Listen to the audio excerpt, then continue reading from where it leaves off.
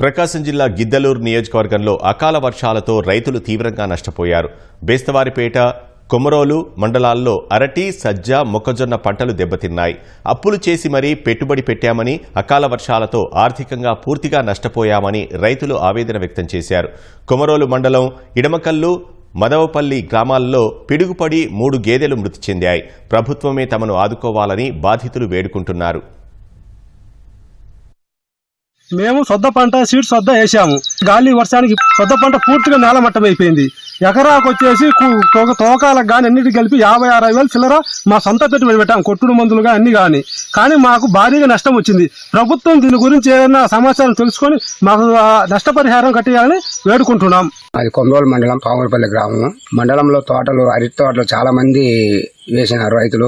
ఈ రాత్రి గురువారం రాత్రి వర్షం బీభత్సవంగా గాలి వాన కురిసి తోటలన్నీ చాలా డ్యామేజ్ వచ్చినాయి. అరటి తోటలు దాదాపు 1,00,000-1,50,000 రూపాయల దాకా పెట్టుబడి పెట్టినారు ఎకరాకు. చాలా రైతులు అప్పులు తెచ్చి బంగారు తాకట్టు పెట్టి పెట్టుబడి పెట్టినారు. చాలా మంది ఇబ్బంది పడుతున్నారు రైతులు. గవర్నమెంట్ ఆదుకోవాలని కోరుతున్నాము. కొమరోలు మండలము ఇడమకల్లు గ్రామం మాది. వర్షం వల్ల 2 గేదెలు చనిపోయినాయి మా అన్నయ్య. ఆ గేదెలు అప్పు చేసి మరి తెచ్చుకున్నాము. ప్రభుత్వం వారు దయచూసి మా యందు నష్టపరిహారం కూడా చెల్లిస్తారని మనవి చేసుకుంటున్నాం.